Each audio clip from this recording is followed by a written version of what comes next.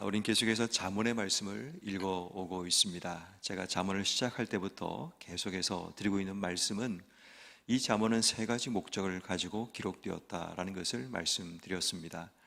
이 잠언은 하나님께 이르는 길이 어떻게 해야지 우리가 하나님께 이룰 수 있는지 그 길에 대한 부분을 소개하고 있고, 하나님의 뜻을 통찰력 있게 분별하는 지혜에 대한 부분을 소개하고 있고, 또 마지막 세 번째는 하나님 백성이 이 땅 속에 어떻게 살아야 되는지 그 삶에 대한 부분을 소개하고 있습니다. 다시 말해 하나님의 길, 하나님의 뜻, 하나님 백성의 삶, 이 세 가지를 위해서 우리에게 필요한 것이 지혜다라는 것을 소개합니다. 그렇게 그 지혜를 우리가 붙들게 되면 그 지혜가 우리의 삶을 여호와를 경외하는 바로 그 삶으로 인도한다는 겁니다.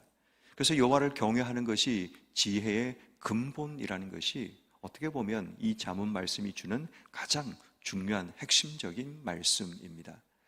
여호와 하나님을 경외하는 그 삶이 우리 인생의 지혜이고, 그 지혜를 통해 우리의 삶 속에 하나님의 뜻을 분별하고 하나님의 길에 서게 되고 또 하나님 백성의 삶을 걸어가게 되는 그런 일이 주어짐을 이야기합니다. 오늘 특별히 말씀 가운데는 26절, 27절 말씀에 그 여호와 하나님을 경외하는 자에게 하나님이 어떻게 그들의 삶에 역사하시는지 그것을 우리에게 소개하고 있습니다. 26절 말씀, 여호와를 경외하는 자에게는 견관 의례가 있다라고 말하고 있는데, 여기서 말하는 견관 의례라는 것은 하나님이 우리 인생 가운데 의지할 대상이 되신다라는 겁니다. 다시 말해 삶을 살아가는 우리에게 뭔가 의지할 만한 것, 붙들 만한 것들, 늘 돌아보면 든든한 벽과 같이 늘 우리 뒤에 계시는 그런 의지의 대상이 있다라는 것, 이것은 굉장히 중요한 부분인 거죠. 믿는 구석이 있으니까 우리는 무슨 일을 하든지 두려움 없이 주어진 삶의 자리에 최선을 다하며 살아갈 수 있게 됨을 이야기합니다.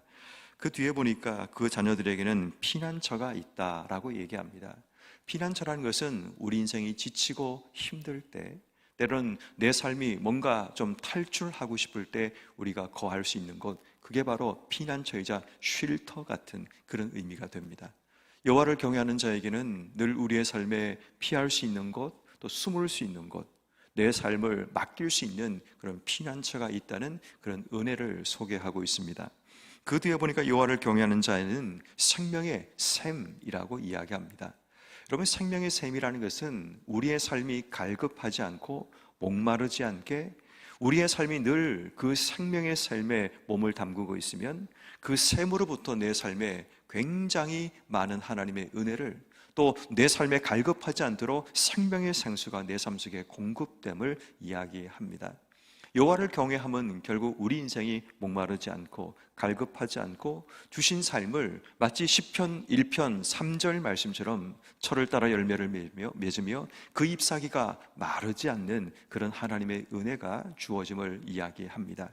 그리고 이제 마지막에 보니까 사망의 그물에서 벗어난다는 겁니다. 이 사망의 그물에서 벗어난다는 이 말은 우리 인생에도 여호와를 경외해도 인생 가운데 위기가 찾아오고 어려움이 찾아옴을 이야기합니다. 그렇지만 그 위기 가운데 우리 하나님께서 벗어나는 지혜, 벗어나는 힘을 우리에게 공급하신다는 겁니다. 하나님의 구원이 있다는 것을 우리에게 설명하는 겁니다. 다시 말해 여호와 하나님을 경외하게 되면 우리 인생의 이러한 복을 경험한다는 거죠. 다시 말해 우리 인생 가운데 하나님의 지혜를 붙들고 인생의 삶을 살고, 그래서 하나님을 경외하는 인생의 삶을 살게 되면 지금 말씀드린 이 네 가지 복이 우리의 삶 속에 주어진다는 겁니다.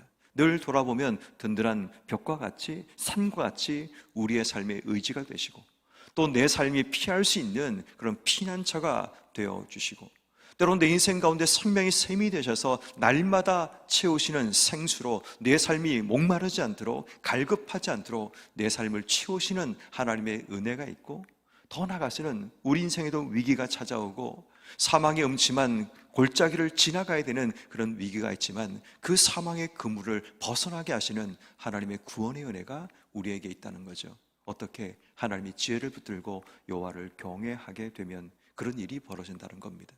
저는 오늘 여러분들의 인생 가운데 여호와 하나님을 경외함을 통해 이 네 가지 복이 여러분 삶에 가득하기를 주의 이름으로 축원합니다. 여러분뿐 아니라 여러분 가정과 여러분들의 모든 자녀들과 모든 식구들 가운데도 여호와를 경외함을 통해 얻어지는 이 놀라운 은혜와 구원이 여러분 삶에 가득하기를 주의 이름으로 축원합니다. 자, 그렇다면 여러분, 우리가 여호와를 경외하며 산다는 것, 그것은 어떤 삶인가를 오늘 성경 우리에게 몇 가지로 소개하고 있습니다. 그 첫 번째는 오늘 성경 말씀에 보니까 17절 말씀에 노하기를 속회하는 자는 어리석은 일을 행하고 악한 계교를 꾀하는 자는 미움을 받는다라고 얘기합니다. 여러분, 지난 수요일 날도 말씀을 드렸지만 노함이라는 것은 내가 옳음을 드러내는 표출하는 행동이라고 말씀을 드렸습니다. 내가 옳다는 것을 드러내기 위해 사람들은 분노를 드러내게 됩니다. 그렇지만 여호와를 경외한다는 것은 내 옳음을 내려놓아야 됩니다. 다시 말해 내 삶을 스스로가 통제하고 하나님께 이 모든 판단, 이 모든 것의 결정을 맡기는 삶, 이게 바로 여호와를 경외하는 자의 삶이어야 한다는 겁니다. 노를 바란다는 것은 이미 내가 하나님이 되어서 분노하고 내가 판단함을 이야기합니다. 그래서 성경이 이렇게 말을 하죠. 29절 말씀에 노하기를 더디하는 자는 크게 명철하여도 마음이 조급한 자는 어리석음을 나타내느니라. 하나님께서 뭔가를 하기 전에 우리 속에 조급함이 올라오면 그 조급함이 결국 우리의 삶의 분노로 이어지게 되고 그 분노를 통해 내가 하나님처럼 판단하고 하나님처럼 내가 결정하는 선악을 구별하는 그런 삶을 살아가려고 하는 것, 이게 바로 드러나는 모습이라는 겁니다. 그래서 오늘 여호와를 경외하는 우리에게 하나님이 요구하신 것은 내 감정과 삶을 통제하는 것입니다. 내가 하나님처럼 이 땅 속에 행동하지 않고 하나님께 내가 여호와를 경외하고 있다면 내가 스스로가 모든 것을 판단하려는 그 욕망들을 내려놓고 내가 결정하려고 하는 그 마음들을 내려놓고 내 감정이 마치 내 것인 것처럼 내가 함부로 분노하고 살아가는 우리의 삶의 모습까지 철저하게 통제하고 내려놓는 삶.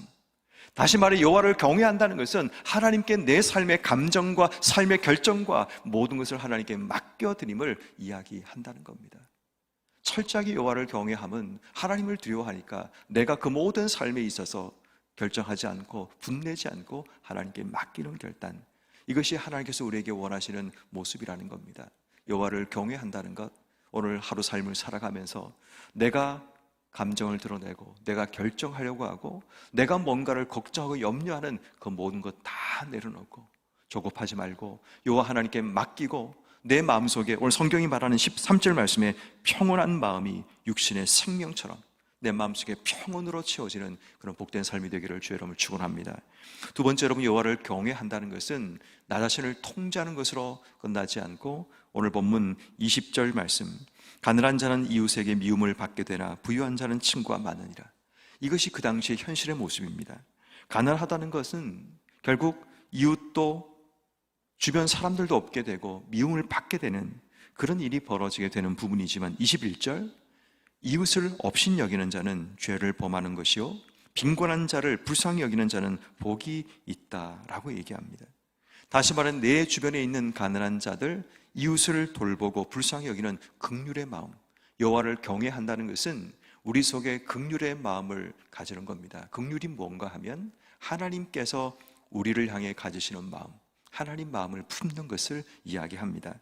31절 말씀은 조금 더 추가적으로 설명합니다. 가난한 자를 학대하는 자는 그를 지으신 이를 멸시하는 자이고 궁핍한 자를 불쌍히 여기는 자는 주를 공경하는 것이다 라고 얘기합니다.